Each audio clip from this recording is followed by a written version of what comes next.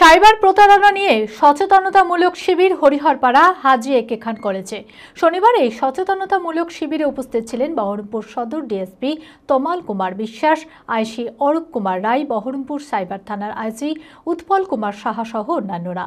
এদিন কলেজের ছাত্রছাত্রীদের সাইবার প্রতারণা সম্পর্কে বিস্তারিত আলোচনা করা হয়। মানসিক স্বাস্থ্যের জন্য সবার আগে যে নামটি মনে ভেসে ওঠে, সুস্থ মনের ঠিকানা মনোবীক্ষণ। যোগাযোগ নাম্বার 7477799513। সাইবার প্রতারণা নিয়ে সচেতনতামূলক শিবির হরিহরপাড়া হাজী একে খান কলেজে। শনিবার এই সচেতনতামূলক শিবিরে উপস্থিত ছিলেন বহরমপুর সদর ডিএসপি তমাল কুমার বিশ্বাস, আইসি অরূপ কুমার রায়, বহরমপুর সাইবার থানার আইসি উৎপল কুমার সাহা সহ অন্যান্যরা।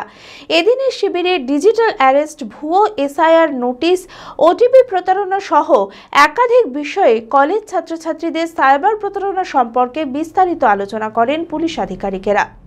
আজকে আমাদের হাজী একে খান কলেজে খান কলেজের কর্তৃপক্ষেরই মোটামুটি রিকোয়েস্টে আমাদের একটা সাইবার অ্যাওয়ারনেস সেশন আমরা অ্যারেঞ্জ করেছিলাম।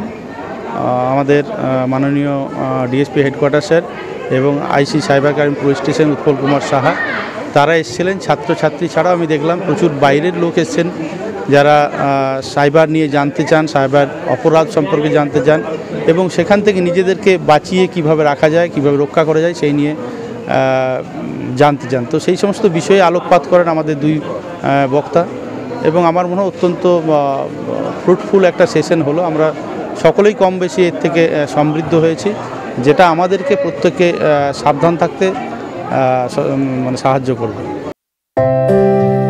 ভারত বিখ্যাত মেডিকা হেলথ সেন্টার এখন বহরমপুরে। এখানে মেডিকা হেলথ সেন্টারে সুবিখ্যাত স্পেশালিস্ট চিকিৎসক ওপিডি করছেন।